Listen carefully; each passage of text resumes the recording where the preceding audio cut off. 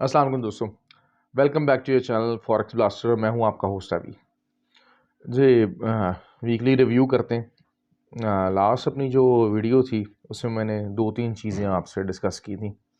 एक तो सबसे पहले मैंने आपको बताया था कि जी यूरो प्रेशर में ही रहेगा, जस्ट बिकॉज के जो है वो जो एनर्जी के ऊपर रशियंस की जो है वो जो चीज़ चलेगी, आपके उसके ऊपर जो है सैंक्शंस लगेंगी तो उससे हर्ट होगा सबसे ज़्यादा जर्मनी। और यूरो में सेलिंग आई, ऑल्दो के जो है वो वही चीज़ हो जाती है कि अब इस टाइम पे जो है वो यूरो जो है वो ओवरसोल्ड हो चुका है, तो थोड़ी बहुत जो है वो इसमें बाइंग का चांस दोबारा से लग सकता है। लेकिन ये कि कहाँ लगेगा, इसका जो एरिया है वो 1.08 के ऊपर भी चल रहा है, तो 1.06 जो है इसकी सपोर्ट है, नियरली 20 पिप्स के ऊपर जो है उसकी सपोर्ट है। तो आप यहाँ से भी थोड़ी बहुत हल्की फुल्की बाइंग इसकी देख सकते हैं, थोड़ी सी ज़रा बेहतरी इसमें आने के चांसेस हैं। दूसरी बात यह है कि मैंने गोल्ड का कहा था, मैंने कहा गोल्ड का जो टेक्निकल सेटअप है, इट इज़ सो बुलिश कि वो किसी भी नेगेटिव न्यूज़ को एक्सेप्ट नहीं कर रहा। मैंने जो है वो बात की थी यूएस डेटा की, और यूएस डेटा का ऑल्दो के जो है वो डेटा जितना भी था, मैंने ये भी बताया था कि बहुत चांसेस हैं कि वो डॉलर के हक में आएगा और गोल्ड के लिए नेगेटिव आएगा। क्यों? क्योंकि ये है कि वो लास्ट दो दफ़ा जो है वो ये हो चुका था कि जो डेटा था वो गोल्ड के हक में आया था और उसमें हो गया था। तो मैंने ये नोट किया कि थर्ड टाइम बड़ा ही रेयर होता है कि जनाब जो है ना वो डाटा, कोई भी डाटा हो, डिफरेंट टाइप ऑफ डाटाज आते हैं। तो इन्फ्लुएंशियल डाटा था, वो जॉब और पेरोल्स का जो डाटा था, तो वो फिर जो है वो हक में ही आया। लेकिन उसके बावजूद मैंने ये कहा था कि टेक्निकल सेटअप ऐसा बना हुआ है कि वो किसी भी जो है ना वो नेगेटिव न्यूज़ को एक्सेप्ट नहीं कर रहा, they just want a bullish news. और बुलिश न्यूज़ आ गई कि जनाब हाँ जी जो है वो उन्होंने रशियंस हैव कैप्चर्ड, और वहाँ पर बम्बारमेंट कर रहे हैं उनके न्यूक्लियर प्लांट के ऊपर, और सारा कुछ एक वो पैनिक फैलाया गया कि जी बस वो न्यूक्लियर प्लांट तबाह हो गया और सारा न्यूक्लियर वॉर जो है उसका चेरनोबिल होने वाला है नया। और यूरोप के अंदर जनाब जो है ना वो एटॉमिक ब्लास्ट और ये वो उस न्यूक्लियर प्लांट के डिस्ट्रॉय होने कैसे, तो वो उस पैनिक न्यूज़ ने काम दिखाया और काफ़ी ज़्यादा जो है वो बाइंग रही मार्केट में। अब मार्केट को अब सिर्फ हम जो है ना फंडामेंटली जो है न्यूज़ की तरफ देखेंगे। अब आगे टेक्निकल आस्पेक्ट। अब टेक्निकल आस्पेक्ट में जो रिट्रेसमेंट लेवल है वो 1990 है। 1990 और सपोर्ट जो है वो मेरे हिसाब से जो है वो 50% रिट्रेसमेंट लेवल जो है वो वीकली के ऊपर अगर देखा जाए तो 1960 है। तो ये जो एरिया है, और इस टाइम पे आरएसआई जो है वो टोटली जो है वो ओवरबॉट हुई है। ऑब्वियसली कोई थोड़ी बहुत कमी आनी है, ऑल्दो के बहुत सारे हमारे जो हैं वो टेक्निकल्स जो लोग हैं, सारा कुछ है जो काम करते हैं, इनके साथ हम इन कोऑर्डिनेशन रहते हैं। तो वो तो बात कर रहे हैं कि जनाब हाँ जी 1890 तक ये मार्केट चली जाएगी, 1870 1890 तक की जो रिट्रेसमेंट आएगी, जस्ट लाइक कि बिल्कुल पिछली दफ़ा इसी लेवल्स के ऊपर से जो है वो $100 की तकरीबन रिट्रेसमेंट आई थी, नीचे मार्केट गिरी थी और $100 तक का आया था। तो इस दफ़ा भी people are expecting the same, but I highly doubt it. हाँ, करेक्शन थोड़ी बहुत ज़रूर लेगी मार्केट।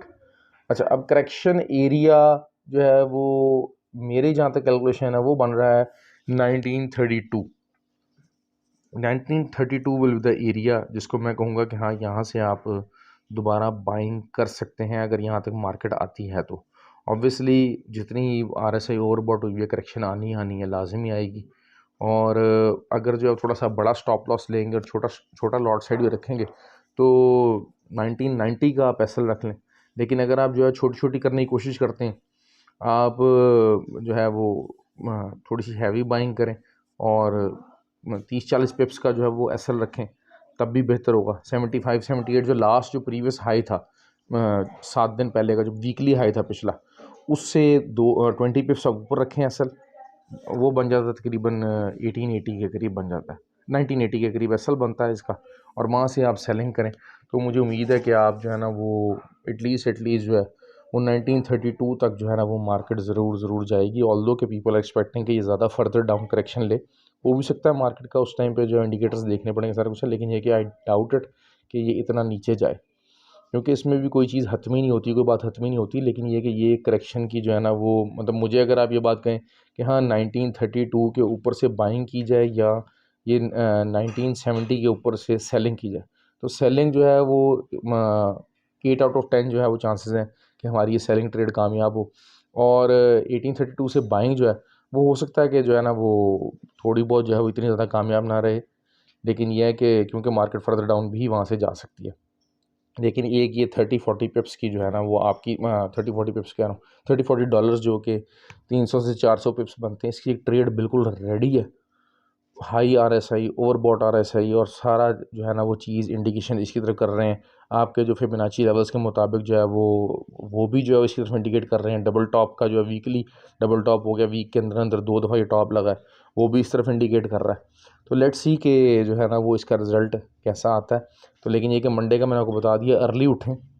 अर्ली ऑस्ट्रेलियन जो है वो जो मार्केट जब ओपन होगी तो आपने उसको पकड़ना है और उसी टाइम पे अपनी सेलिंग की ट्रेड लगाएं, अच्छी ट्रेड लगाएं।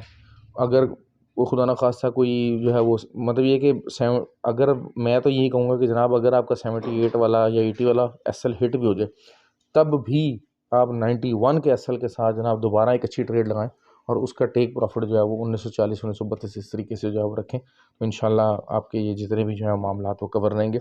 लेकिन मैं हमेशा ये बात कहूँगा, SL लाजमी यूज़ करें। जो पूरी हफ्ता 2-2 हफ्ता ट्रेड्स ओपन रख के टेंशन और स्ट्रेस, वो जो चीज़ है वो मुझे समझ नहीं आती। आई डोंट नो कि जो है वो क्या अर्न करना चाहते हैं। अक्सर जो है वो लोग करते हैं कि जनाब जो है ना वो SL आपका जो है वो 100 पिप्स का होता है और आपका टेक प्रॉफिट जो है वो 60 पिप्स का होता है। तो ये इस किस्म की ट्रेडिंग टेक्निक्स ना यूज़ किया करें, बड़ी मेहरबानी। जो है वो हमेशा जो है वो जो आपका टेक प्रॉफिट है वो SL से डबल होना चाहिए। एटलीस्ट चलो वर्स कम वर्स आप बिल्कुल बहुत ज़्यादा फ्रस्ट्रेटेड हो गए हैं और सिर्फ आपको चाहिए कि जनाब कुछ दिहाड़ी लगनी चाहिए, तो एटलीस्ट ये है कि उसको आप डबल ना भी रखें लेकिन उसके इक्वलेंट तो रखें। हमारे बहुत सारे लोग जो हैं वो इतने इतने बड़े और अक्सर तो बगैर SL के छोड़ देते हैं और बाद में फिर रोते हैं कि यार ये तो हम फंसे में इस ट्रेड में फंसे में, हफ्ता 10 दिन स्ट्रेस लेते हैं। स्ट्रेस में इंसान कभी भी जो है ना वो सही फैसले नहीं करता। आपका छोटा SL हिट हो गया, आप रिलैक्स होकर बैठते हैं यार ठीक है, एक भी मेरी ट्रेड पॉजिटिव जाएगी। 3 ट्रेडों में से 4 मैंने आपको लास्ट वीडियो बनाई थी कि ट्रेडिंग जो है वो उसको ट्रेडिंग कैसे की जाए कि आप ज़्यादा से ज़्यादा हो जाए। अगर आपको 25% सक्सेस रेट भी हो कि आप अगर 4 ट्रेड्स लगाएं तो उसमें से 3 लॉस में जाएँ, 1 प्रॉफिट में जाएँ, तब भी आप प्रॉफिट में रहने चाहिए। तो SL आपको ये वाली कवरेज देता है, लेकिन ये कि सुकून के साथ इत्मीनान के साथ कवरेज लगाएं। तो ये मैंने एरियाज़ आपको बता दिए हैं सेलिंग के, बड़े ही सिंपल एरियाज़ हैं, सिंपल जो है सेटअप इस टाइम पे लगा हुआ है और आई एम श्योर कि जो है मंडे को हम अच्छा एक प्रॉफिट कमाएंगे। बहुत शुक्रिया। चैनल सब्सक्राइब करते रहिए, लाइक करते रहिए, कमेंट करते रहें और मेरा नंबर नीचे दिया हुआ है। किसी को और फर्दर इन्फॉर्मेशन चाहिए या कोई पेड ग्रुप वगैरह से रिलेटेड जो है वो चीज़ों की इन्फॉर्मेशन चाहिए तो they can contact me any time. Thank you very much for your support और ख्याल रखें और एहतियात से ट्रेडिंग करें। Good bye.